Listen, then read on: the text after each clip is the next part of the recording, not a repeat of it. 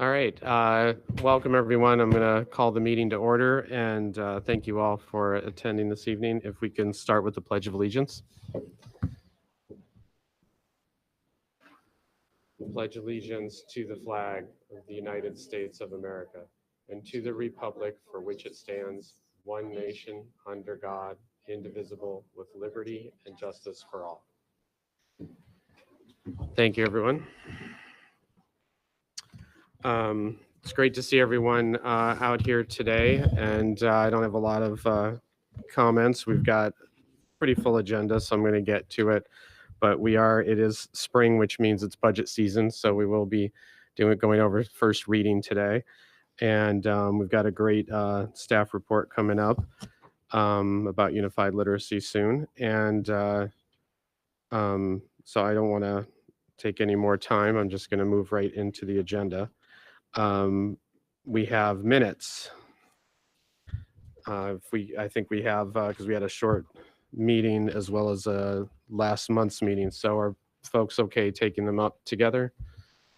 Okay. So if you want to look through them and then someone has a motion.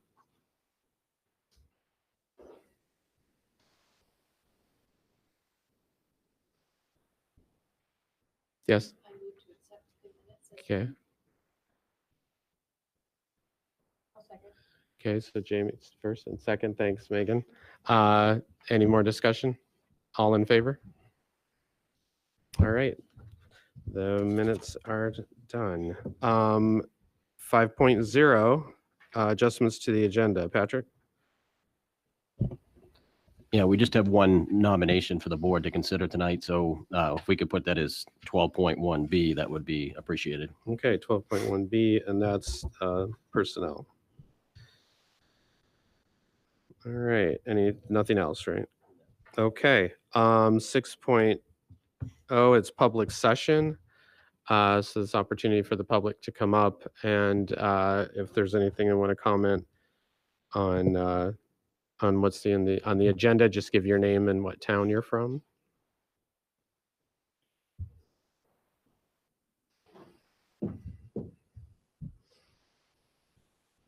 Good evening. My name is Drew Dunn, and I live in Bath. Children at Fisher Mitchell and Garrett Morris. It's really nice to see your faces again. See that we all survived having to work this. I want to start out by thanking the faculty and staff and the RSU1 board for what is often an extraordinary effort to make public education the best it can be for our children. We're not going to always agree, but I do appreciate you for the work that you do every day. Tonight, I want to remark on a matter that is progressing before you later tonight. And I hope it's part of a larger technology roadmap or master plan that RSU1 maintains. The design and implementation of technology across 3 constituent groups is a vital part of the efficient use of time on the part of RSU1 parents and your 2 user customer groups, who are the students and the faculty. The decision 2 years ago to implement the Brightspace Learning Environment, or BLE, was, from the perspective of a technology familiar parent, who is also that of advanced users, a poor choice. BLE added a third ecosystem with which faculty and students must daily interact. It was introduced without the requirement or discipline of consistent use by the management, by faculty and students, and that comes at the cost of valuable student learning and faculty time. And it comes at the actual cost of licensing, which I think will eventually transfer from grant to district funding. This is the time, as you enter what I believe is the final year of the BLE contract, to integrate the migration to an expanded use of the other 2 ecosystems, Infinite Campus as your SIS, student information system, and Google for Education, which stacks nicely with your chosen computing platform of Google Chrome. Continuing with BLE, which at best is an imperfect solution, will continue to be frustrating and counterproductive for your two user customer groups and a disservice to the parents. More broadly, technology leadership, if not yet, must be elevated to be a member of your senior management team with commensurate scope and experience. At the same time, the management of technology must not push down from the top, but must be educated from the user customers up. There must be an annually reviewed 5-year technology roadmap developed through listening to and learning from the parents and your customer students and customer faculty. You won't get adoption of any technology or any system unless you listen to and meet the expectations of your users. At the same time, it's not technology leadership's job to set usage priorities, but rather the job of management and academic leadership to require faculty to have consistent adoption and disciplined use of the selected applications and systems. Cognizant that I probably use more than the time I should, I'm happy to be a part of any discussions, answer questions, or contribute later. Thank you. Thank you, Rue. Appreciate it. Anyone else for public session? Okay, seeing no one else. Sorry. Oh, yeah, so Maureen. Yeah. Hi, my name's Maureen Craney, and I live in West Bath. I have a couple of students that attend Bath Middle School and one that attends Morse. And I just wanted to just address, and I know that maybe I can't necessarily address a question right now, but I was hoping that maybe during the, when we revisit the health and safety protocols, maybe it would be visited. I was just curious about, I noticed when we got the letter that Morse High School students will be, or 9 through 12, will be loosening up the distancing April 4th, but the Bath Middle School or students, under 9th grade will be not doing that until May, if that's how I understood it. Maybe I'm looking at that incorrectly, but I was just curious. I felt like it was, I didn't understand why, because I look at the cases and actually cases in 9 through 12 are higher than in the middle school. And I just was just curious about that and was hoping that that might get touched on this evening. Thank you. Thanks, Maureen. Yeah, when we discuss everything, when we get to that agenda point, I'm sure that'll be part of the discussion. Thanks for bringing that up. Okay, moving on. Staff report. Patrick, if you'd like to introduce our guests. So thank you, guests, for being here, and parents, and guardians, students. I appreciate, and our staff for coming out. I know it's not always easy to get here at 6 o'clock in the evening, so I do appreciate it. We're very excited to have you here for a presentation on unified literacy. We've heard nothing but great reviews of this program. So I'd like to introduce everybody. We have Don Lee here, and we have Jonathan Fisk, who are 2 staff members at Morse High School. And for students, hopefully I don't miss anybody here, we have Noah Kent, we have Nina Ryan, we have Noah Thayer, and we have Lily Clifford. And my understanding, you guys are all going to come up to the microphone, and we also have a little bit of a slideshow for you as well. So come on up, and thank you for coming.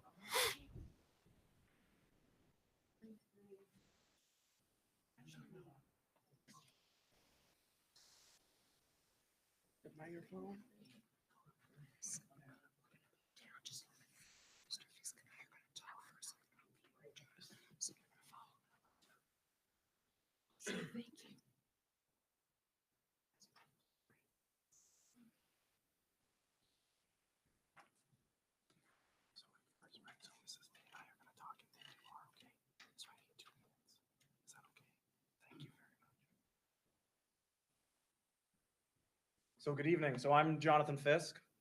And I'm Don Lee. And so together this year, we've created a unified literacy class. We're in our pilot year, and we'd love to share what we've learned so far with you. So welcome to our journey. And so our first piece that we wanted to share was the goals of the program there. So we have our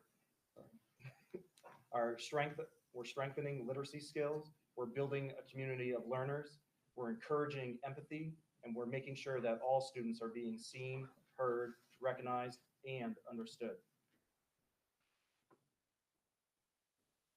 Who participates? We have, for our pilot year, we have 6 students that are enrolled in the Functional Life Skills Program and 6 students who are mainstream students who are reading mentors.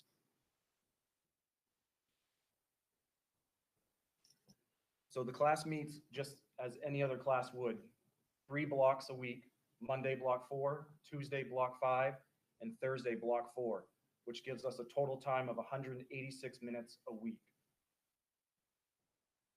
And where does the class meet? It meets in the library. We're really fortunate. Our library is lovely. We have 3 spaces and we utilize all 3 spaces. When students come into our program, it's one-on-one book buddies. They take books from our display and they go and they sit by a fireplace and they read. I can't think of a better place to start out the school session in that class. And then they move to either classroom 109 or 107, which are glass encased classrooms. And that's where we continue our programming with class participation, art integration, games, and discussion. And so our design of the program was just that we'd start off roughly every 15 minutes of class with book buddies, as normally we see back in elementary school, and it really has created a world of success for our mentors and mentees working together. Then we come back together as a group of 12 students for small group discussion. We always make it relevant to each month. We have a theme that we focus on, and then we end each class with games and puzzles and a reading practice piece, really going over communication as a whole. And we've been very fortunate working with early childhood education, and they have allowed us to borrow one of their students bi-weekly for some art integration as well. Our reading mentors, there was an application process through Google Forms, and then there was an orientation training 1 day prior to when we started second semester. And then we also have a shared Google folder and drive where weekly lesson plans are shared. This is great training. One of the ways we recruited students is if they were interested in going into education, social work, business. This might be something they would like to try this semester, and it's been quite successful in learning some of those skills that they can take to the real world and also when they're taking a look at careers down the road. Okay, now we're going to have our students talk about the program, and as they talk, we've created a slideshow. There's about 97 slides of just what we've done over the past 8 weeks, so you can get an idea of depth and breadth. And we can also share the slide program with you without the text at the bottom if you want a visual to promote the program or to share with friends and family. So we are going to start. So now we'll start with Noah Ken, who will give a synopsis of his experience. So now it's your turn to stand right in here, okay? Tell us something you've learned, okay, from class.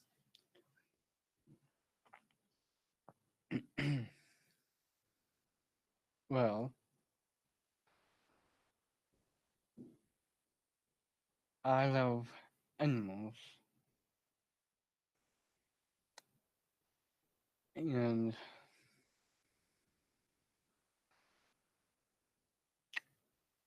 I had read for the past few years about animals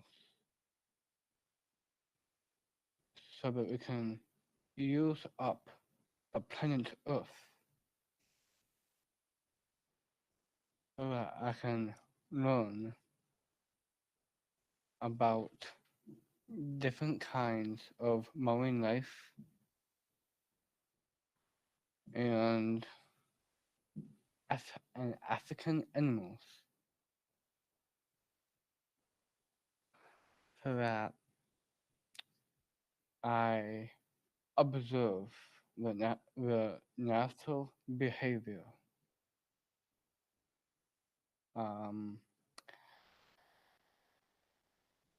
I like planet Earth because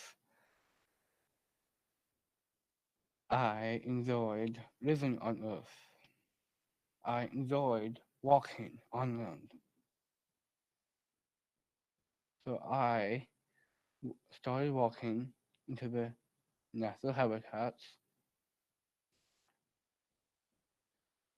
That means that I'm getting used to nature and the natural habitats. Um,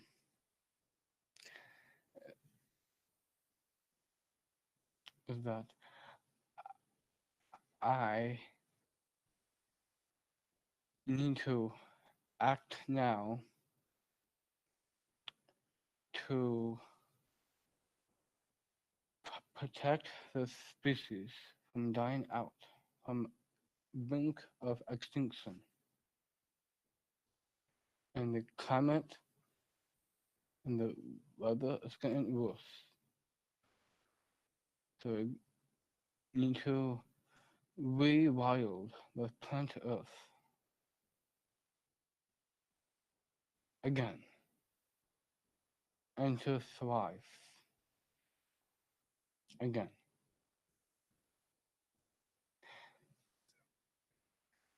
Thank you for the planet Earth. Thank you, animals.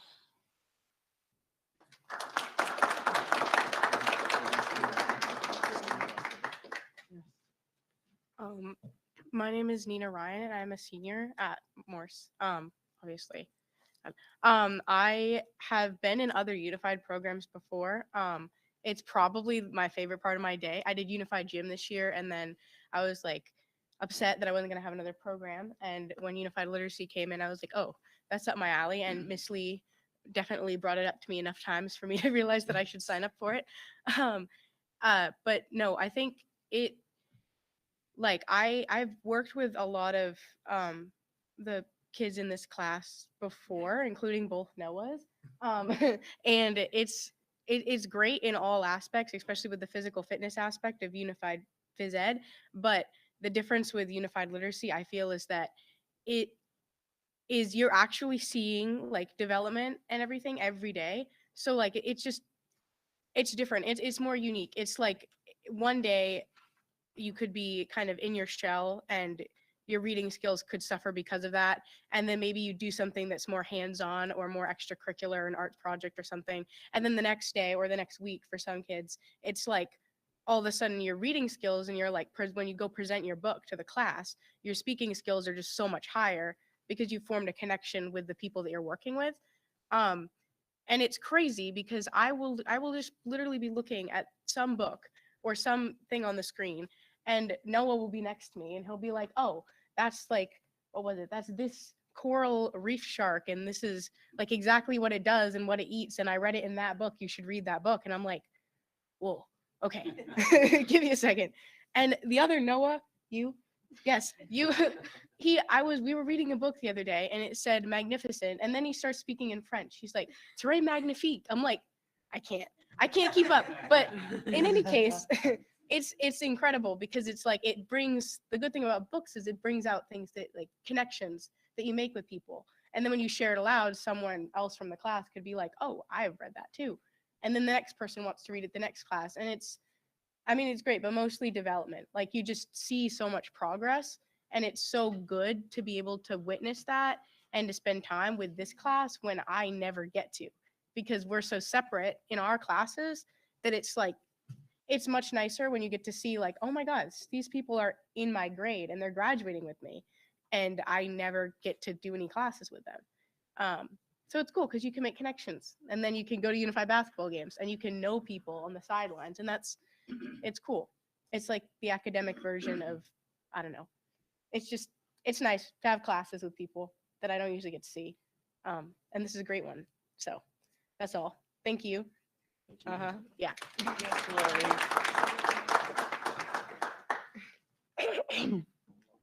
Let's see if I can do it. Hi, my name is Noah Fair, and I like painting the tiger, and I like it, but I just with my partner partner, Nia Ryan, and she helps me.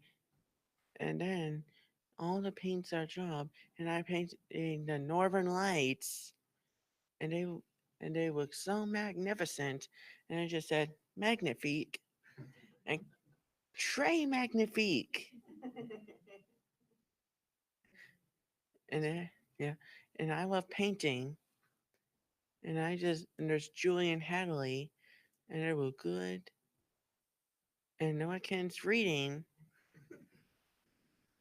And then being a nice costume, and it was beautiful. And then painting tigers.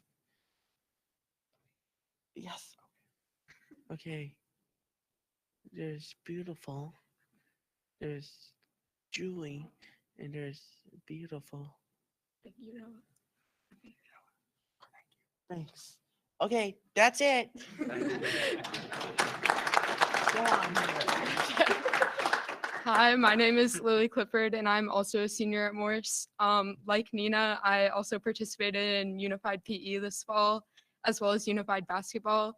And I decided to join this class to kind of improve on my own confidence and communication skills, which I feel like is a shared goal between the partners and the students in the class. And I've really enjoyed this class. I think I've learned a lot as well as my peers. One of my favorite activities was actually during Black History Month. We spent some time each class talking about an African-American inventor. And I feel like that was a really great opportunity to learn about stuff that I wouldn't already learn about in my classes otherwise, but also just coming together with a bunch of different students and kind of having class discussions and learning.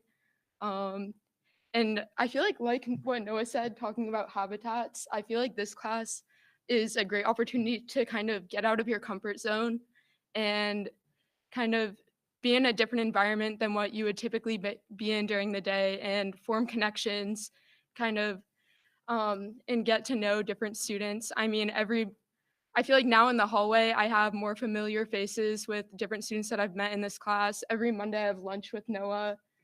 We have a good time. So yeah, unified literacy has been great. And I feel like it's such a great opportunity for students to work with new peers and form lasting connections. So thank you. Thanks, Lily. Thank you very much. Thank you. Thank you very much. Does the board, before you all sit down, does the board, do you have any questions? It's a great job, everybody. Fantastic students. Just wanted to see if anyone had any questions for the group, other than to say what a great job and what a fantastic program. So happy that it's so successful. You have a general question? Go ahead. I have a general question. Miss Lee, did you say this at the beginning? How many students are participating with Unified Literacy right now? It was probably in the slide, but I missed it. 12 total. We have 6 students from the Functional Life Skills program and 6 from our mainstream program. And are there any plans for another Unified elective for next year? Yes. We actually have plans to expand for next year. We've already been working hand in hand together as well as with student services to make that happen. And we're looking to have 10 life skills students and 10 mainstream students. That way we could continue the peer and mentor philosophy.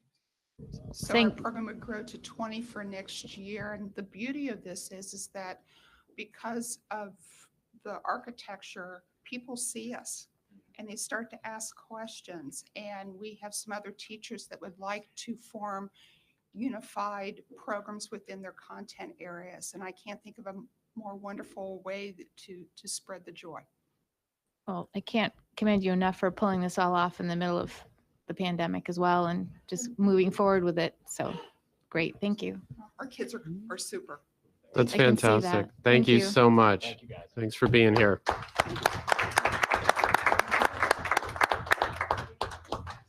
Oh, that's great.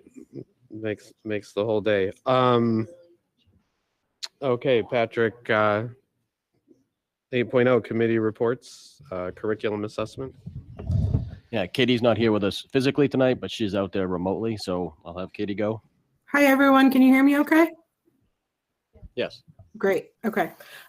So because we're going to be talking about Bright Space next, I just have a really short committee report for this evening as my part. So I just wanted the board to be aware that we did have our final professional development day in the district in mid-March, and it went very well. It is a comp day for Morse, so they did not, as is tradition, have this day in session. However, it was really focused all across the district on how we continue to catch students up and fill in the gaps that the pandemic has left, both looking at data to see how we can improve what supports we're giving students, as well as adjusting curriculum to the pace of where students are so we can keep catching them up. So for instance, just a couple of highlights. Our elementary interventionists that morning met and continued to do their work looking in one of our new programs that will help us better look at data and keep intervention plans for all of our students in the district, called Link It. And so we reviewed that and then went through and updated intervention plans for all students getting tier 2 supports.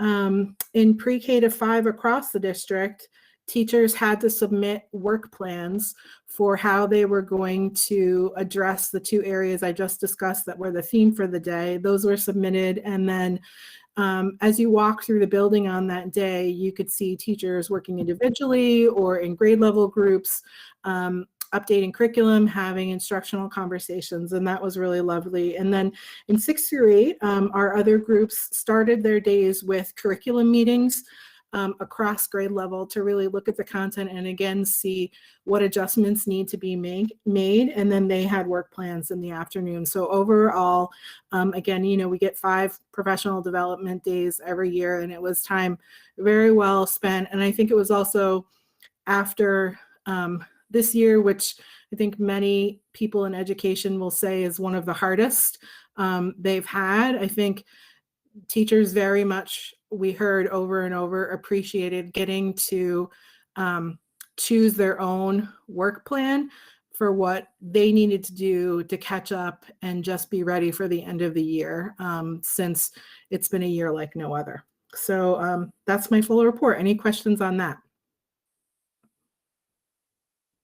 Any questions for Katie?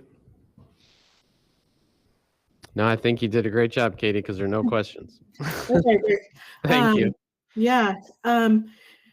Okay, so Patrick, I don't know if you wanted to do a quick Brightspace intro, or you just want me to get started on the survey review. No, go right ahead. Okay, great. So as the board knows, just to give a little bit of context from how far we've come, I'm hearing a little echo. Is there an echo there?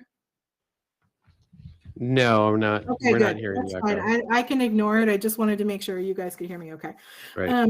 So right in sort of March of 2020, we realized very quickly that we were going to need to have a platform to allow us to do some remote instruction. And so as the board knows, because some of you were members, we had parents on this committee, we had board members, we had staff members, and we even checked in, I believe, with students. We went through many different learning management systems, narrowed it down to, I believe it was 3, had sort of trials and presentations on all 3, and then that committee of all the various audiences selected this learning management system as what we were going to move forward with. And I think at the time, we felt like it was our best option. I think we said all along that in a perfect year, that was not a pandemic year where we had to start using something before we even knew how to, especially our tech people, that we would have spent a whole year piloting it, adjusting it, and then teaching everybody how to use it. But that's obviously what didn't happen.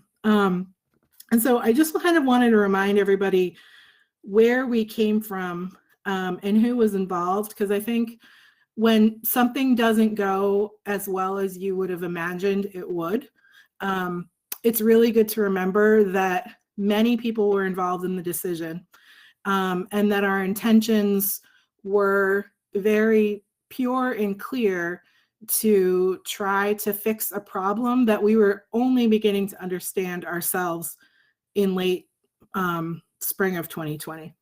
That being said, I think, the past 2 years, we've had some successes with Brightspace. We've had some trials with Brightspace. And, I think when I go over the results, that will show that sort of disparity in terms of some people really loving the platform and having hit the ground running, others struggling and finding it cumbersome or confusing or not accurate. And so those are some of the themes we saw. And again, in a perfect world, I think we would love to be able to go back in time and start this when we weren't in a pandemic with so many other things going on, but we can't do that. And so, in terms of what we found, we actually had very high responses to all of these surveys. And I know the board has this material. I've sent it to them, and I believe you have this as well, that Dean sent you a different version. But we had 223 responses from parents and guardians. And it was very interesting in that, around 86% of parents and guardians want a learning management system. But in terms of how they felt Brightspace went, I think around 41% agreed that they found Brightspace to be helpful in organizing and delivering learning for their students. Of students, 297 who responded. Overall, their surveys was much shorter, but I think sort of the most important point that came out of that was that what they found is 35% of them agreed that Brightspace was helpful at organizing and delivering their learning. And then finally, with staff responses, of which we had 95, most of which were at the high school level, it was actually the same percentage who agreed that they found Brightspace helpful in organizing and delivering learning for students. So again, staff and students, who are two of the main user groups, felt that they could agree that Brightspace was very effective for them, and parents coming in around 40% feeling it was effective. I think some things to note is, in our second year of using this, I know some of the public comments that were mentioned were, how is it consistently used across the district? And I think, we actually did write guidelines for this year for each grade level for what was expected. And that was our intent, is to move forward with that. I don't think that any of us expected this year to be as stressful and chaotic with absences and variants and just trying to get kids to be okay. And so I don't think that, any of the principals had the time nor felt it was appropriate to be checking that everybody was following the expectations we did lay out for it to be consistent. And that was a choice that we made, for better or for worse.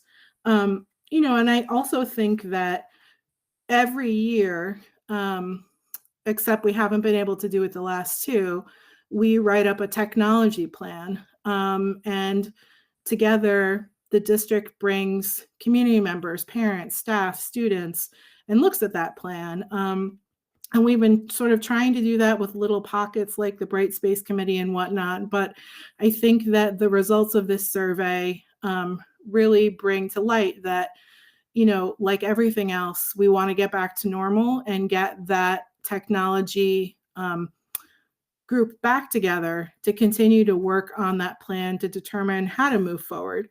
In terms of what we shared with staff so far, we did let them know that we would begin to treat Brightspace next year like we treat every other part of our digital programs we use, which is that it is a choice.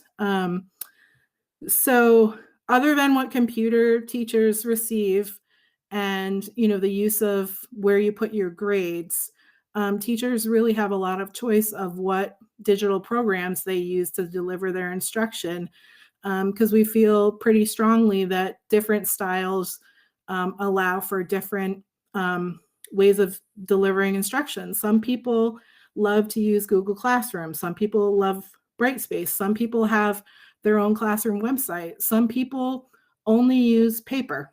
And so, in terms of wanting to use one platform, we actually would need the tech committee to kind of think about that question moving forward, because we haven't really done that consistently, as far as I understand, in my 6 years of being here, other than choosing the devices we use. And so that will be something in the future that we'll need to tackle. I think in terms of what does this mean for students and for staff, it means that things will continue to be varied, and some teachers will use Brightspace because they found it really works for them, and they've loaded a lot of content and found some of the tools to be helpful. And so students' Brightspace accounts for those teachers will be updated and accurate as they're using it to the best of their ability. I think for other teachers who haven't found it as useful, or it hasn't really struck a chord with how they teach, they might go back to using Classroom, or might create a website of their choice. And so hopefully students will find benefit in having whatever tool the teacher uses be the one that best fits what's happening in the classroom. I think finally I'll just say, and then I'd love to take questions from the board or open it up for conversation, is, in terms of the Brightspace use moving forward, I think one thing we've been working on with them the whole time in terms of the company is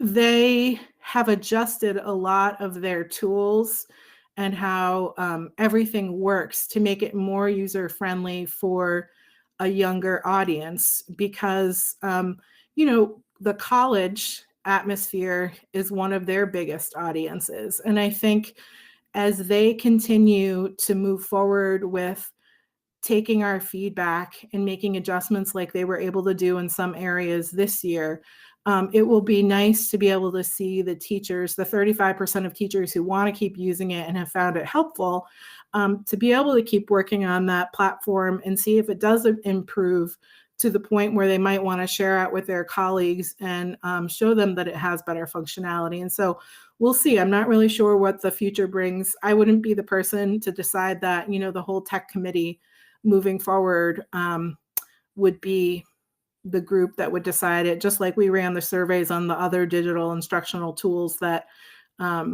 we'll purchase in our local budget this year moving forward. We always like to get feedback. So any questions? I feel like I've talked for a long time. Thank you, Katie. Questions for Katie? Yeah, Lorna, why don't you go start? Katie, that was thorough, and you actually answered a whole bunch of my questions, so hopefully this won't be too painful. And the first thing I do want to acknowledge is I know this was a gargantuan task and very ill-timed as far as rolling it out. And I just want to say I do recognize that, and thanks for reminding all of us of that. And then the other piece is that I also appreciate, based on your survey, that you listen to those staff, many of them seasoned staff, and how this may or may not have been effective for them. So I also appreciate that. And I think, without getting into too much granular detail, I think the thing that I want to ask mostly is, when I decided to run for school board before there was a pandemic, what was important to me was community connection and parent engagement, whatever you want to call that. Some parents helicopter, some aren't involved at all. Right. And so I was excited initially for hearing about Brightspace because I felt it is a tool, if parents wanted to use it, that they could be connected to school, especially where so much is digital and you don't see things come home in the backpack, or at least I certainly don't. My kids are older, but you know what I'm saying? You don't see a lot of stuff coming home. So while I appreciate the response to the teachers and making it optional, I will be interested in hearing more about if you have 80 some odd % of parents saying that they do want one landing place, and now there very much won't be one landing place, at very least to check grades, from what I understand. That's concerning. And Well, that- hopefully we can, yeah, go ahead, sorry.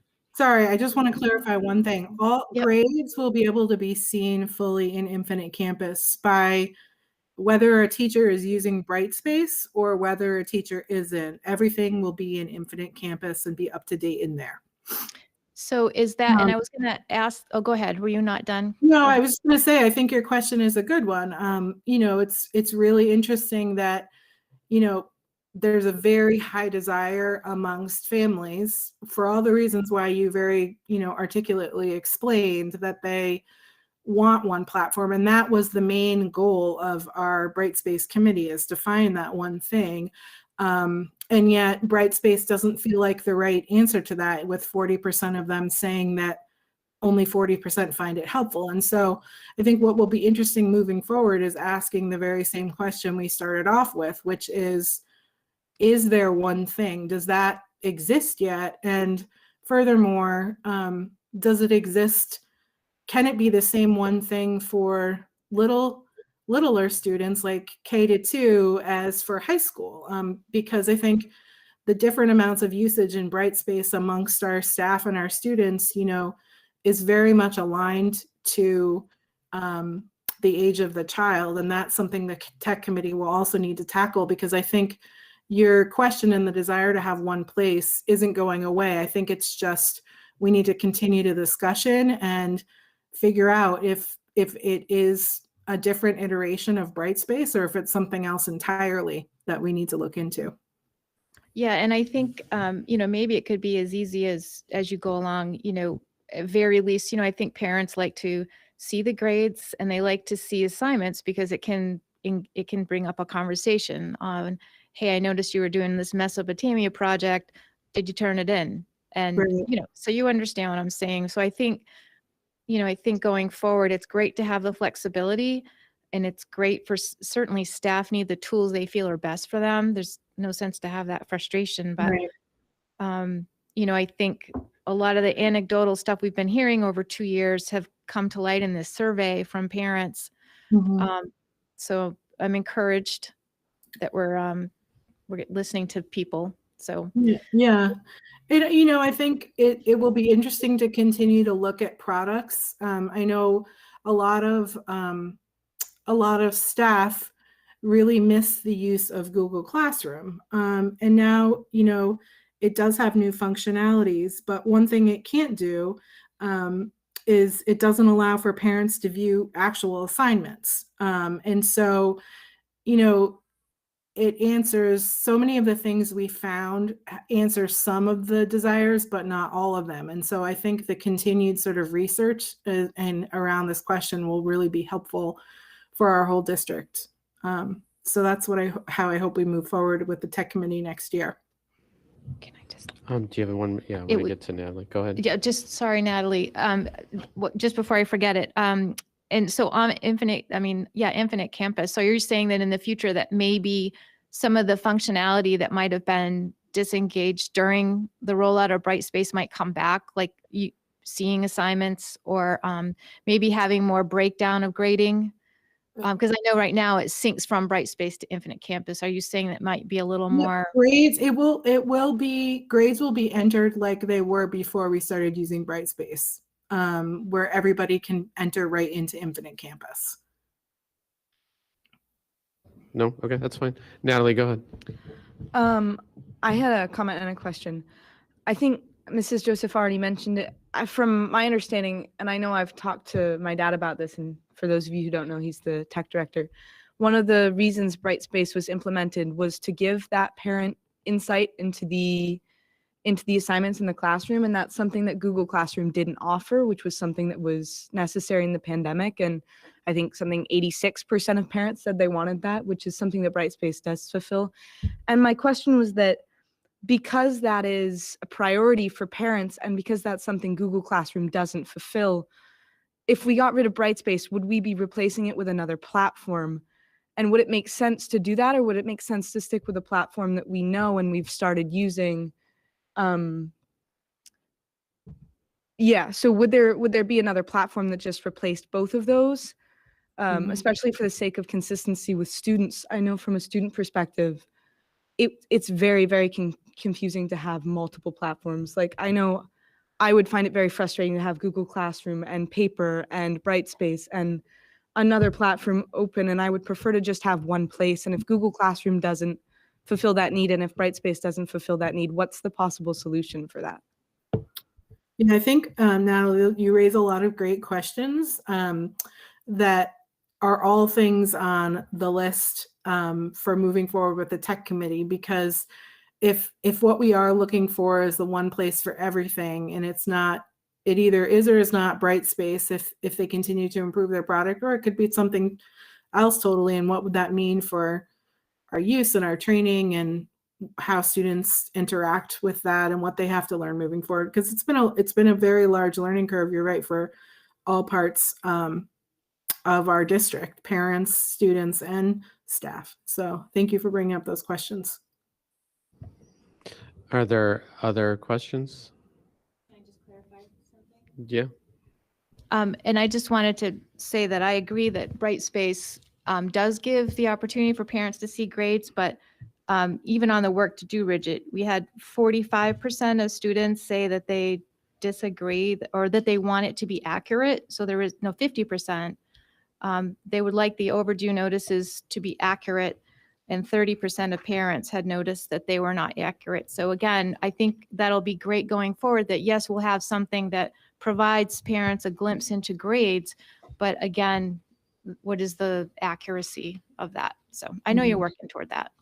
So Thank you. yeah, Jennifer, go ahead. Katie, I was just interested in wondering if the use of Brightspace is now optional, and some staff members have put a lot of energy into putting things into it, setting things up, creating it as part of their practice. Correct. It becomes optional, and then we have to look at a budget requirement for it. Is that going to create the sense of people not using it because they're not sure about investing in something that they don't know is going to be here for a long period of time? Yeah, I mean, in the end, the board, helps vote on the budget and make sure we stay on track with that. To be quite honest, right now, we're not paying for Brightspace. But I think I shared this in one of the finance committee meetings, that of all the digital platforms we use, which is many, many, many other than Brightspace, it's actually, just for cost comparison, just our Lexia program, for instance, that only pre-K to 5 uses. So that's half as many students as Brightspace, is about $25,000 a year, versus Brightspace for every staff member, teacher, everyone is $13,000. And while that's not a small amount of money, when we're looking at where we cut costs for our digital licenses, it would be one of many things we consider, which happens every single year. We look at usership. Just this year, I reduced, I think, 3 different licenses and got rid of one altogether, because Dean and I are constantly looking at, is this worth what we pay? Do we have enough users? Do we have enough users who are also using it with fidelity? And is it instructionally sound? And so, these are the things we ask ourselves every budget season. And so I wouldn't see this particular license being any different than any of the other. It's probably about 20 at least things that we consider every year to make sure we're really being conservative with how we're using the taxpayers' money. Oh, thank you. And my next question is maybe just a question to extend to the technology committee is, we have found in other circumstances, when we have a consistent product across a large grade span or across the whole district, we build background knowledge with that product and language. So we're saying to students the same words, meaning the same thing year after year. We all have a base of knowledge that we share. And we've seen in other circumstances that really helps our students. And as parents grow through the school, if it's a consistent program throughout as the parents go through the school, they also learn a deeper Right. background knowledge and helps them be more efficient for that. And so my question for the technology committee would be is, with Brightspace, is it an underlying sense or comfort of technology per se, or is it the platform that was a barrier? And if it's that underlying technology use or skill, is there something we can also do to look at that to make sure our staff all have a baseline comfort in that area? That's a great question. I'll make sure to, I'm going to make a note of that, just so we can make sure to include that in our discussion when we commence in September, because I think it's a really good one to think about. Yeah. Thank you. Okay, Jen, anything else? Do you have another one? No? Any other questions? Katie, before you go, can I just clarify? I think you've said it, but just so it's clear in my head. So that getting back to the tech committee, that starts next year? Because what's been decided is what? That it will be optional going It's into next year. optional. Yeah, it will be optional for next year. And the tech committee has a tech plan that it refers to and updates. I don't remember what cycle we were on before, but I know we're due to have that community committee recommence. It was actually supposed to start in the spring of 2020. We had it all queued up and ready to go, and then that fizzled like many other things. And so it's something Dean and I have been looking to restart as soon as the year starts next year. Okay, so it's not happening this spring. That's going to start in the fall. Yeah. Okay. Or maybe late summer. We don't have it really nailed down. Okay, you're still looking into it. It's still somewhat fluid. Okay. All right. And so everybody's good. Thank you so much, Katie. We appreciate it. Sure.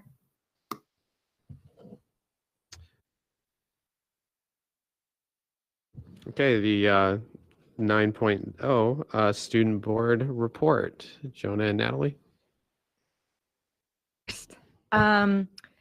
Students are doing well. The workload's starting to ramp up for AP students and teachers as we approach the beginning of May, and juniors are also about to face a lot of standardized testing. Juniors have been participating in Mr. Foster's SAT prep and are prepping for the SAT either May 7th or June 4th at Morse. We had our first in-person assembly in 2 years, which was very exciting. I know for a lot of students and for me personally, college decisions are starting to roll in for seniors, especially the last 2 weeks. And the library has been very busy with unified literacy, working with French students, setting up puzzles, encouraging students to read in new ways. They're becoming more and more involved, and it's really, really cool to see the ways that they are. And it's been very successful and appreciated by the students. Spring sports season starts today, which I know many students are very excited about.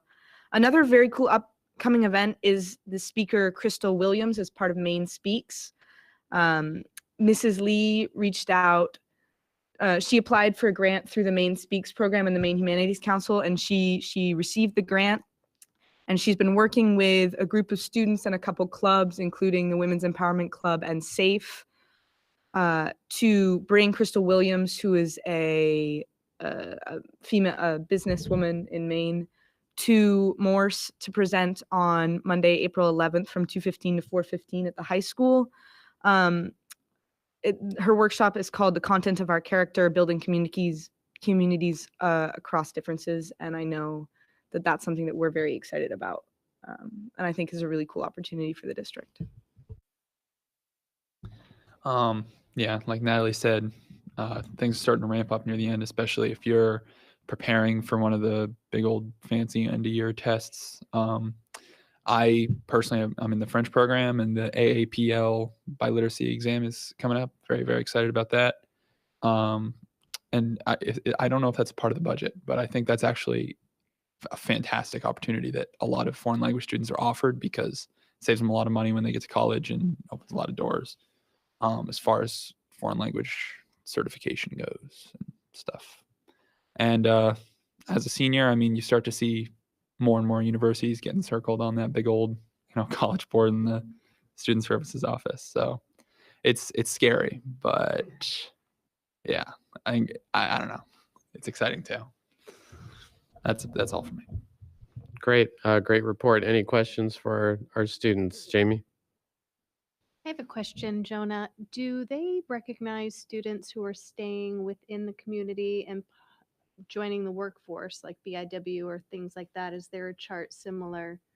Or is it just college based? On the, well, a lot of people call it the college chart because there's like a lot of universities on there, but there's military enlistees.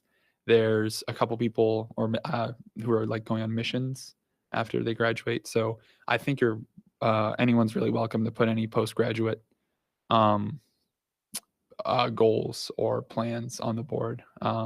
It's actually, there's a lot of open space on there. So if you know anyone who has any big goals for after high school, they can put whatever they want up there.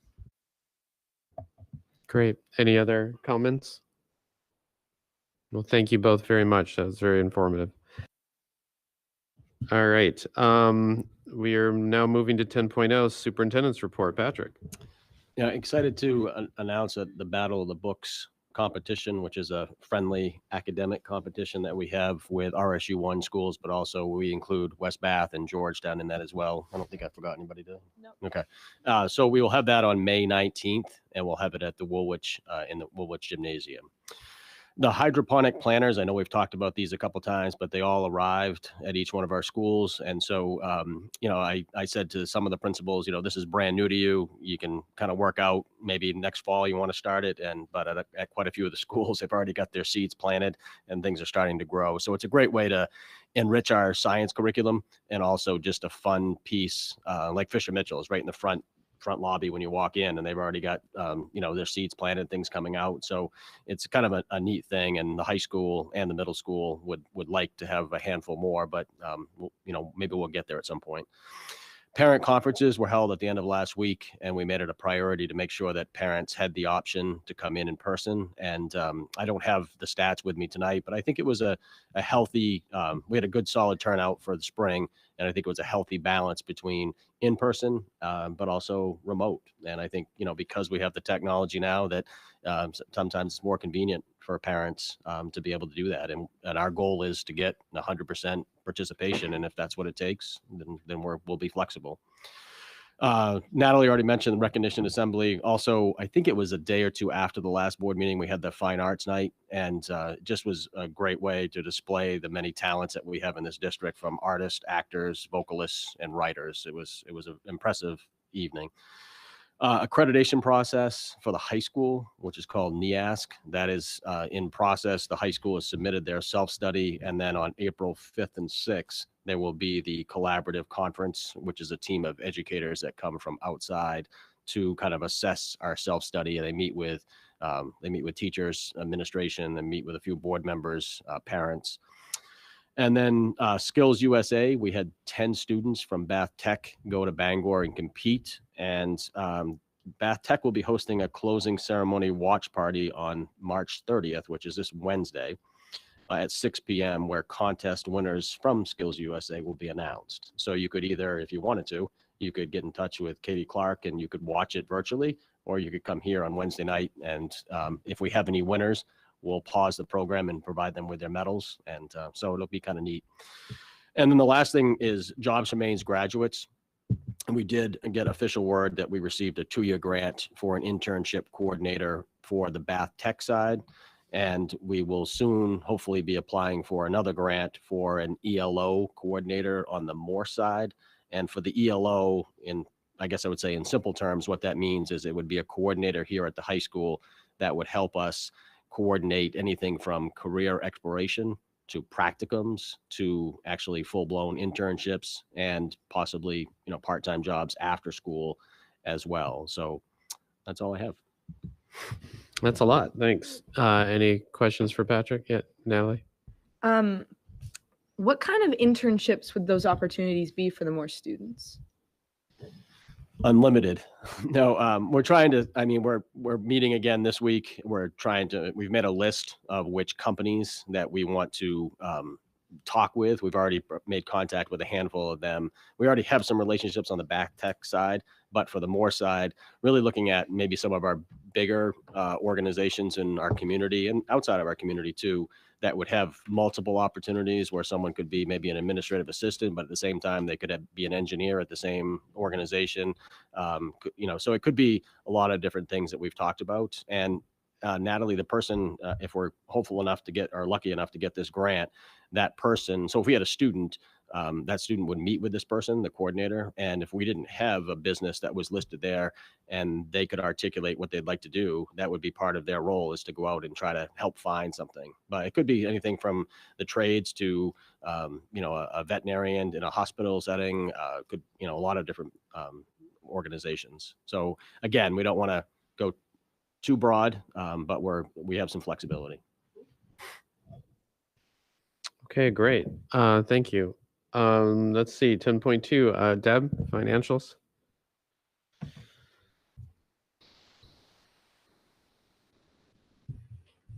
I am now. Tonight we're looking at the month of February. So we're 8 months into the year. And out of our $38 million budget, we've spent about $23.5 million. We have another approximately 11 million for salary and benefits to take us through the end of the year. And as you know, and I probably say every month, that dollar amount is salary and benefits only. So the other things, are just our supplies and utilities and that type of thing are still have to come out of that 4.2 amount remaining. Everything overall is going well with just keeping our eyes on the energy costs. A good old propane, electricity, and fuel right now. And as we ended up maintaining Morse High School for almost the whole year, which we hadn't planned on, so we're keeping our eyes on that. And keeping our eyes on out-of-district transportation. But overall, I think things are going pretty well. Our revenue is coming in as planned. So we're at 65% for that. Our grants are moving along as planned. Our ESSER 1 will be over at the end of this year. ESSER 2, basically right now is the focus is all salary and benefits pretty much. And then the ARP, ESSER 3, we just have paid for a couple of operation and maintenance projects out of that. But that's going to be, the majority of that's going to cover our salary and benefits for another 2 years, we hope. Morse High School, we're down to about 400,000, and that basically will be, I think we're pretty much done. We're going to, Patrick and David and I are going to sit down and just go over a few little loose ends to make sure everything's paid. We have Harvey Construction, a final payment, and as well as Crooker. But that's it. Great. Any questions for Deb? Yeah, go ahead, Lauren. Thank you again for putting that little footnote on the staffing at the very bottom of that, Yes. under the grants. I really appreciate that. I'm sure we all do, but I just want to say thank you. Helps me keep track. See? Well, thank you. I appreciate it. Anybody else? Okay. Jennifer? Deb, Jennifer. No, sorry, Deb, we'll get into this when we get into the budget, but the ESSER 2, that 4.64, that's not included in our budget. That's correct. Just why I know I ask this every year, but I just have to keep asking it. So that's outside of anything that we're funding within the budget. Correct. Thank you. Thanks, Deb. Okay, we're at old business, revisiting health and safety protocols. Patrick?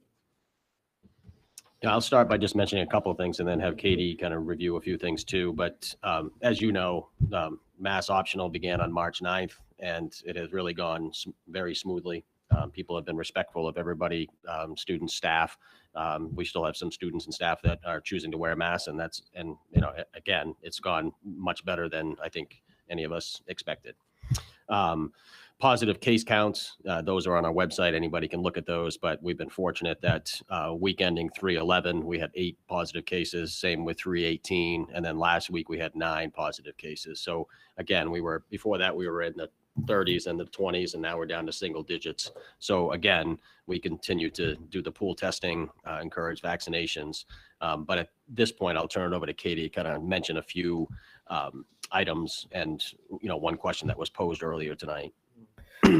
Sure. So the other updates do include the 2 dates that we plan on shifting our practices. The first being April 4th, where the district will be moving, as long as the numbers can remain low, to allow our doors to kind of open up to more community interaction. So that could be families coming in for meetings rather than doing remote, more of our instructional volunteers being able to come in. And so we're really excited to be able to resume some more normalcy with our community.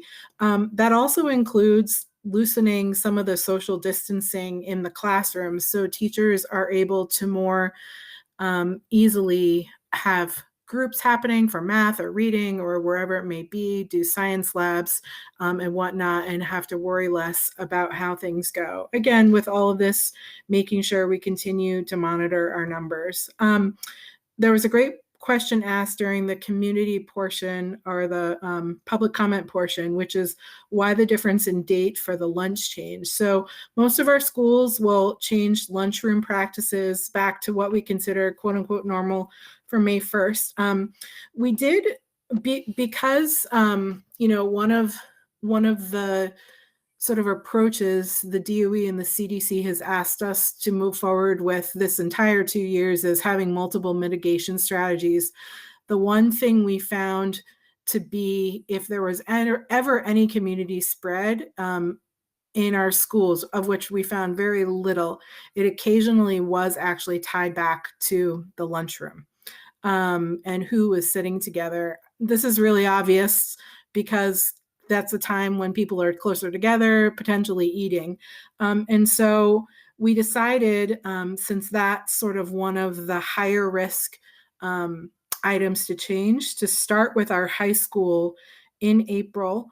They have the highest vaccination rate among students. And so that was one of the reasons. The other was actually that while the high school has probably the most complicated schedule of all of our schools, it actually has the most simple lunch schedule. There are 2 lunches, everybody's in the same place, there's no assigned seating.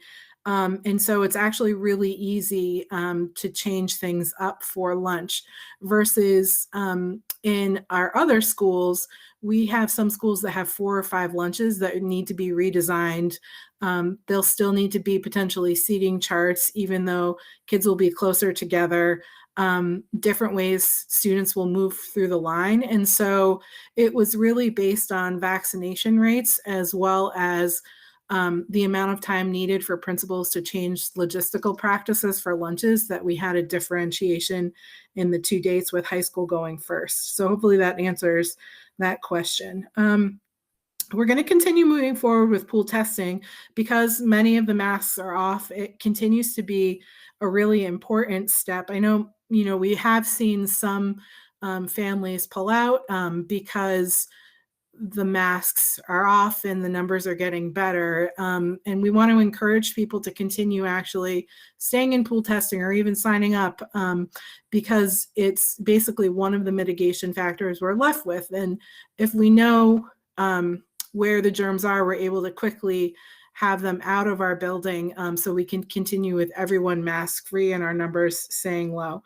Other than that, I think the only other big change, our screener's the same, wearing a mask when students return on days 6 through 10, is kind of a practice across the state, whether you're in school or not. But the other big change is we used to only be able to accept home test results that were negative. We're now able to accept positive home test results with a picture taken and the student or staff member's name and the date written on the test. And so that's exciting, as well as, a lot of people now have access to home tests through many of the free government ways to get those sent to your home. I think that's all I wanted to add. Okay, thank you. Any questions for Katie? Yeah, go ahead, Lauren. Hey, Katie, I'm trying to read the the subtitling, but did you say we were always able to accept negative home tests and now That- can accept? Yeah, and the negative home tests. Sorry, did I switch it around? Yeah, I think you did. We were I always did, able to right, accept thank you. positive. It was the opposite way. Sorry. Negatives are, yes, So now a parent could take a photo of the negative home test correct. and Thank send you. it to you. Yes. Oh, that's good to know. And I meant to That's ask good. about the pool testing, so thank you. I'm glad that's still going on. Yeah, and thank you for the correction. And so basically the difference was we only could do one before, and the state has decided that now both are acceptable because tests are so widely available to everyone. So that's good. That's great. Thank you. Yeah. Any other, Jennifer?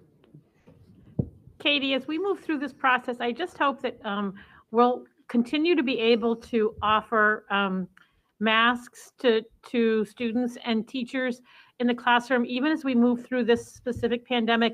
It would be really nice if kids came in and they weren't feeling well, if they chose to put a mask on. Yes. I think we've kind of gotten used to this, and it would be sad to lose a skill of helping keep our classrooms and our teachers healthy and keep everybody in school. So I don't know what kind of level mask that would be, but and I know they're expensive, but it'd be really nice to be able to keep that culture optional for families who want to do that. We've decided to maintain the number of KN95s, both the adult size and the student size we have at each of our buildings, just because we do use them when someone isn't feeling well. If it's not COVID and they're in the nurse's office, we'll have them put on a mask. And, I think many of us parents, since masks have been reduced, we've seen an uptick in other illnesses because I think, there's been a stomach bug going around and other things that are now, they were always contagious, but people weren't getting them as much because of the masks. And so we'll continue to use them as needed, to protect our nurses or for students who want to opt in or aren't feeling well. Because we would prefer, if it's not COVID and the student feels okay, for them to be in school and to be wearing their mask instead of being home if it's just a little sniffle or something. So it's a good point. Okay.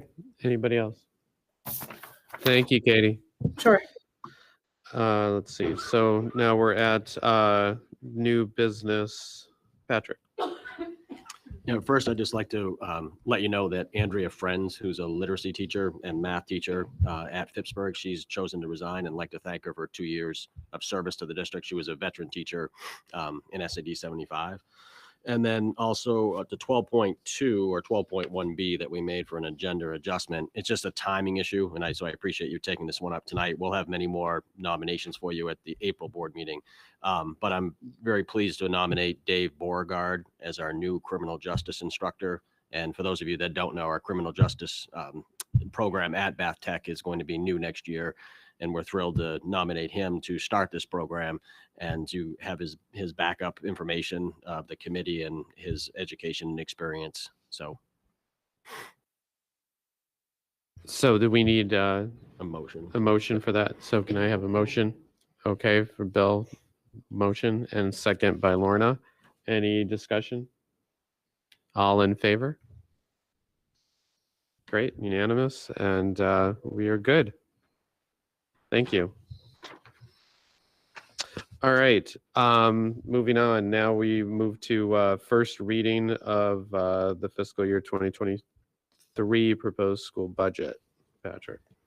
So what we try to do tonight is just give you a broad overview of the budget. And we have a public forum next Monday night.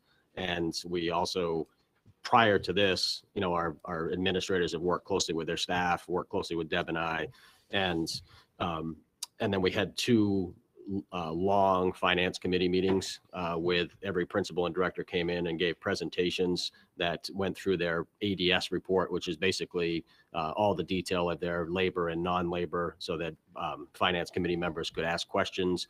And just want to remind people tonight that this is a fluid process. What we share tonight for percentages or numbers certainly can change between now and when this becomes the board's budget, which would be, I think it's the end of April, beginning of May. So again, we try to strive to provide the best programming for our students and also the best resources for our staff. At the same time, trying to be cognizant of the tax impact that this has to our communities. Just a couple things I'll point out, and then I'll let Deb add to it. But enrollment, in the handout that I gave the finance committee and the board, is enrollment has been declining just like it has across the state. But I would say from 20 to 21, when we had everybody return, most people returned 100% in person. We've been able to be pretty stable. It was 1787 in 2020, and it was 1796 in 2021. Each year we have a subsidy report that comes from the state.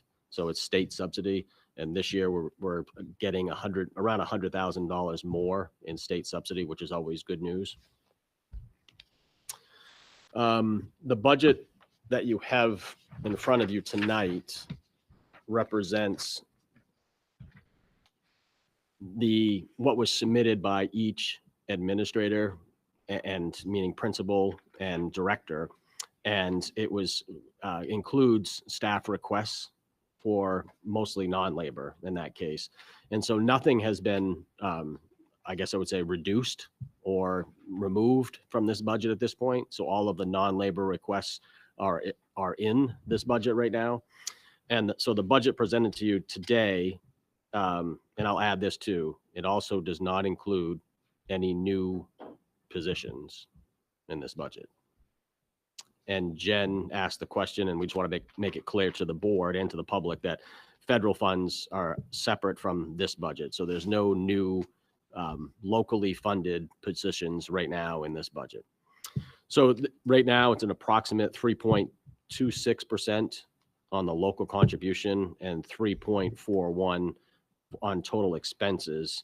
And what does this mean for each local community? And you can see that on the front sheet there, that it's right now, it would mean a 1.08 increase for Arousic, 2.43% for Bath. Phippsburg would be 10.15%, and Woolwich would be 0.82%. And Deb can elaborate on this, but the Phippsburg one is, or any of them, any year that they increase, it's mostly to do with the total average, subsidizable pupils K to 12 in that community. So Phippsburg is the only community that saw an increase in student population from 21-22 to 22-23. And it's only 6 students, but that does make a difference when it becomes to our cost sharing formula. However, just remind you on the bottom of that front sheet, it does give you the averages of the local appropriation history over actually 6 or 7 years. And, you can see that there's those up and downs, but the average, I'll go through them all. The average from 16-17 to 22-23 for Arousic is 2.76, Bath is 2.81, Phippsburg is 2.26, and Woolwich is 3.03. Just to give you a little historical piece about the budget percentages. And then just a couple other things is from an ad team perspective, the priorities, I told you that we do not have any new positions in this budget, but 2 priority positions would be, a dean of students at Morse High School and a response to intervention coordinator for the district. And so those would be the 2 highest priorities for the administrative team. And then Deb mentioned this earlier in the meeting, is that items of concern for the FY23 budget. She already mentioned a few of them, but the cost of electricity, propane, gas, oil, and then also our custodial contract is something that we will be going out to bid to see what our options are moving forward there as well. So as far as maybe unknowns or hard to predict items, just so that you're aware of those. Deb, anything you want to add? I think it might be good just to point out that on page 8, the very last page, it sort of gives you a breakdown of the categories, salary, benefits.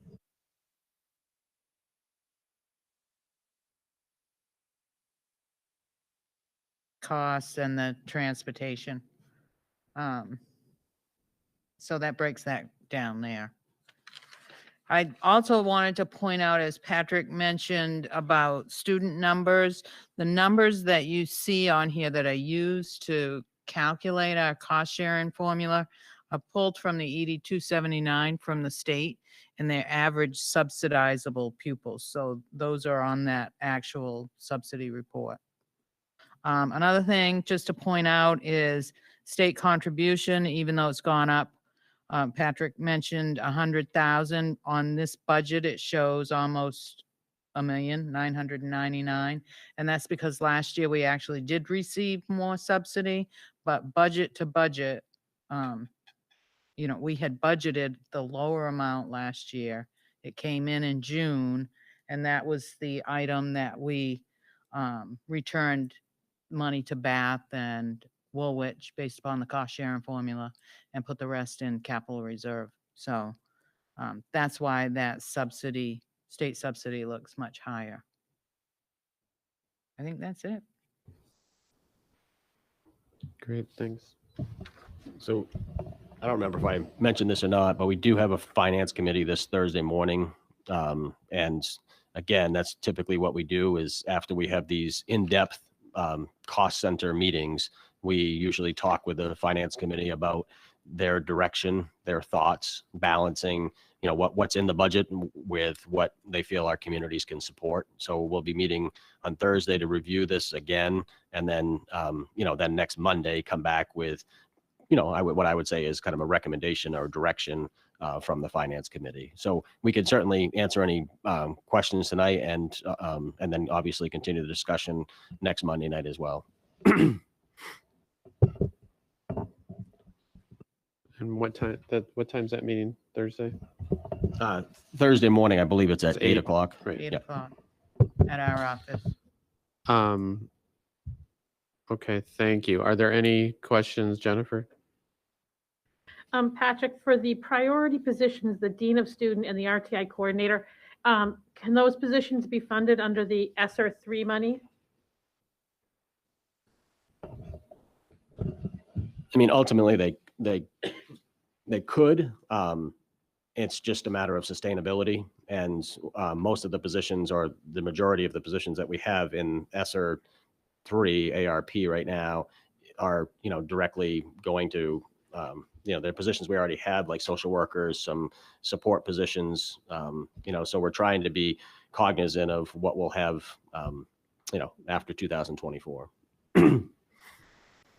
If we did have to put, for example, one in there, is that possible? I think it is a possibility.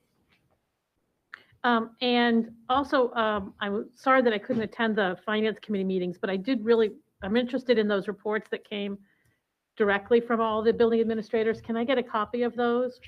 The reports, didn't they give a report that kind of makes up this whole? Yeah, you didn't get those? I thought you responded back and said you did receive them. No? I'll go look for them again. Okay, if you didn't, I mean, Vita can send them out. I think she sent them all. I gave her a list so- of who was present and who wasn't. Okay, I'll go and check my email. to Maybe make she sure emailed that them. everybody got them. But if you didn't Thank get you. them, if you're missing anything, let me know. Okay, and the last question was, and maybe this is somewhere else, but for the 11, so in Woolwich, I saw the enrollment went down to 11. And that enrollment, Deb, remind me, doesn't that lag behind? Is that the numbers they're using? They're using from the previous year. So the estimate for 21-22 is, the estimate for 22-23 is based on who actually attended in 21-22, right? Well, it's average subsidizable pupils. So these Right. are resident students only, yes. Resident, okay. And do we know where that reduction of 11 came from? Like, was it across the entire school system? Was it in any kind of group, any grade span group? It would be K to 12. I Okay. mean, I do know that. I mean, it's based upon the October 1st and the April 1st enrollment reports. Okay. That's it. Thank you. Okay, any other questions about the budget right now? Yeah, Jennifer has another one. Go ahead, Jen. Sorry.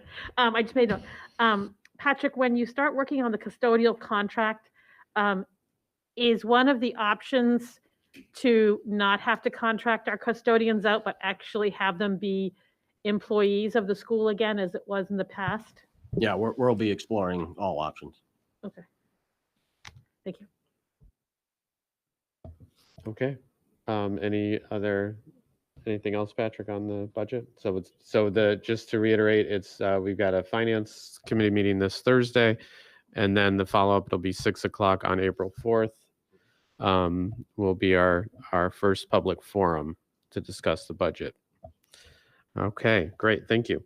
Moving on, we have to discuss the MOU and the deed of transfer for Morris High School, the old one, former Morris. Yeah, just to kind of give you an overview, reminder, I guess I would say, is as we look to transfer over the former Morse and Bath Tech, or BRCTC, the old school, two issues were identified. One, the deed has been taken care of, the deeds for all of our schools. And then the RSU still has existing debt on the old Morse. Just as a reminder, we had to do a district-wide kind of renovation bond, and it did include window projects, some heating are the basic things that happened at Morse because we still had students in that building and we still needed to teach them every single day. And so that existing debt on the property and the state statute requiring a municipality that takes on that responsibility of the debt of the municipality that takes over the building. To resolve this second issue, I work closely with Mark Myers and City of Bath, and we drafted an MOU to acknowledge the outstanding debt service and how the debt service will be resolved when the city takes this on. Upon sale of any portion of the property, the city will pay RSU1 up to a maximum of $370,359, depending on the date of the sale. And this payment represents the outstanding debt allocated to the towns of Arousic, Phippsburg, and Woolwich. And the city council earlier this month voted to authorize the city manager to sign this MOU. And, and if you're vote in favor of it this evening, I will sign the MOU along with their city manager. And we also will be authorizing the quit claim release deed to transfer the ownership back to the city of Bath. So tonight you have the MOU, and you also have a copy. You have a copy of that, and you also have a copy of the deed. So. So are there any questions? We've been discussing this quite a bit. Are there any questions on the MOU before we ask for a motion? Yeah, Jennifer. So I submitted testimony to the public hearing when Bath considered this because I had two concerns that I didn't feel, I just kind of processed after our last meeting, and I wanted to make sure that there was somebody that the council had the understanding that there were still some questions about it. One of the requests I made in my public testimony was to have notification come back to the RSU upon any sale. And I was happy to see that that has made its way in here. So there is notice. My request was to the RSU and the RSU school board, because as it reads in here, it could go to one person's email. And even though that one person is really well about keeping all the us informed, if you send notice into just one person and that gets lost somewhere, then that notice will get lost. So I wish it had come to like a broader or more specific group, just to make sure that we all do hear about these sales and we can track how that impacts our communities.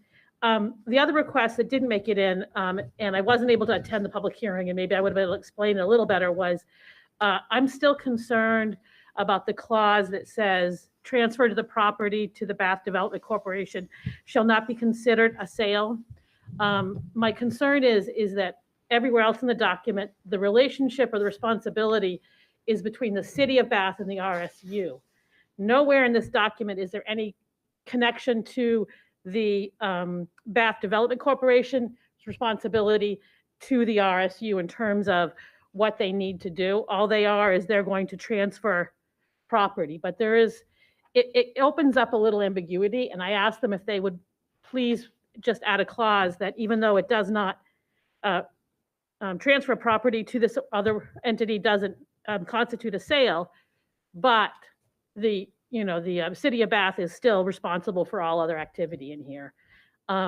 It's something that Bath is doing for their own purposes, transferring this to this other entity, but we don't have a relationship with that other entity, and we don't really know who controls this other entity in terms of decision making, in terms of what they're doing. I couldn't find, even though it's a corporation, I couldn't find anything on the state corporation board about who is the owners of the corporation and who runs it and who has majority ownership in, or things like the things that you could find out in another kind of corporation. So that's one of my worries about it. I don't think there's any way of changing it now with the city of Bath. I asked for it.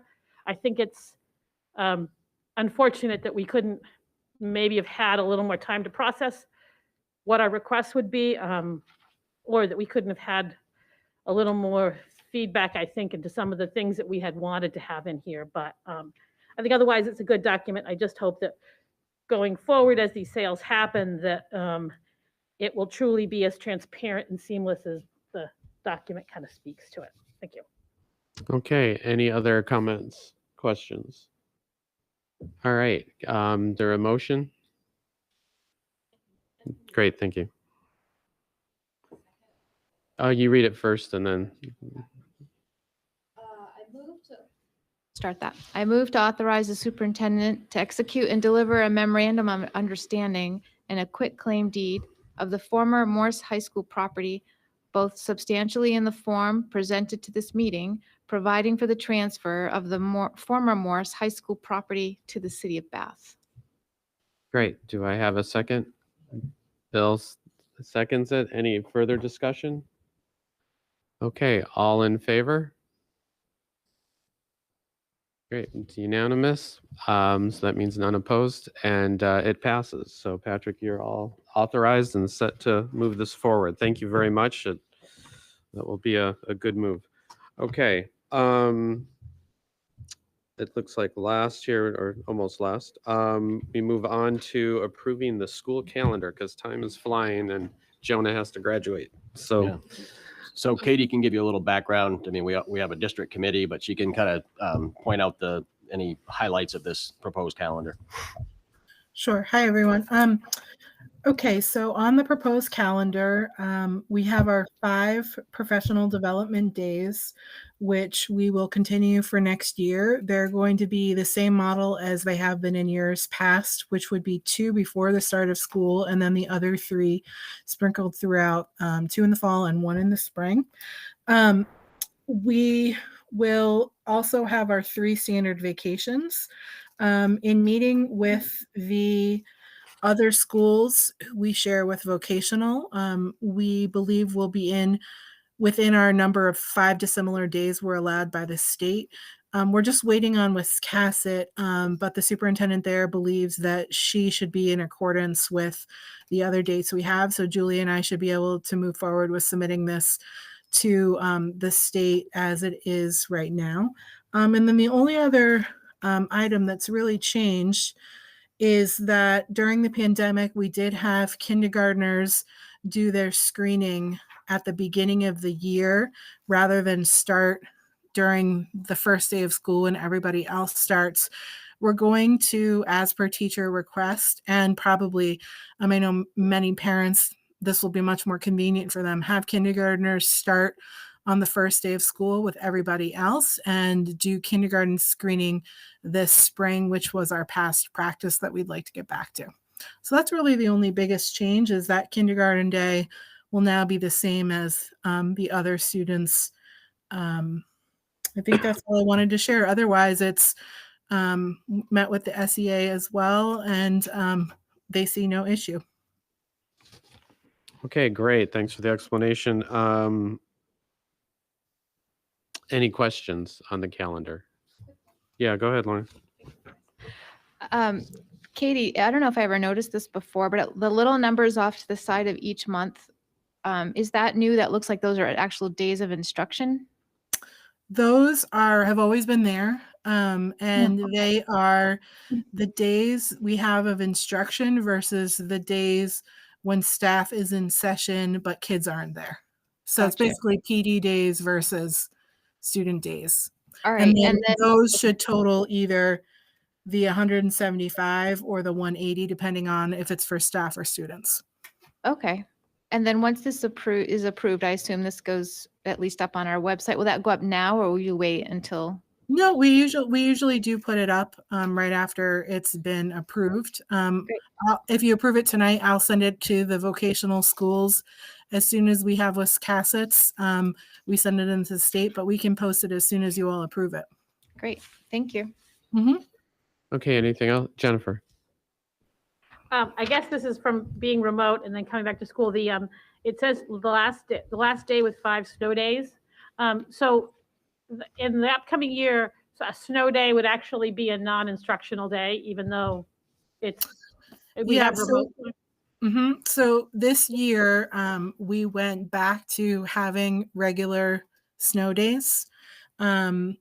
We reserve the right, or the state has given us the option to do remote days, but we went back to having regular snow days because depending on the weather, the connectivity can really falter for different families. And also we weren't getting great participation. And so we felt like if we wanted really to have 175 days of good learning, always choosing to do remote snow days wasn't always the best option. I'm sure occasionally, if we're allowed to from the state, we might still use them.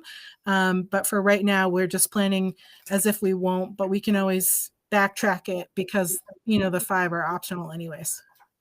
Thank you. So if it were a particularly heavy snow kind of winter where we're, a lot of days and we don't want to go into July, then yeah, I could see how that would make sense to use a few and do the best we can on those few days. Yeah. All right, great. Anything, Bill? I note that Julie has been with us for the whole meeting, and I was hopeful that her sending communities are in tune with what we're presenting. Yeah, yes. We're waiting on Wiscasset to finalize, but they're supposed to be right in there. So yes. Mm-hmm. Anything else? Well, okay, can I have a motion to pass the calendar? Okay, Bill, and second by Jamie. Any further discussion? No? All in favor? And it passes unanimously. Thank you all. Thank you, everyone. Thanks, Katie. And so next meeting date for the board meeting is April 25th. And again, we have the public forum next Monday at 6. And then it'll be April 25th after that. If there's no other discussion or anything, can I have a motion to adjourn? Lorna and Jamie, all in favor? Thank you all very much. You all have a good evening.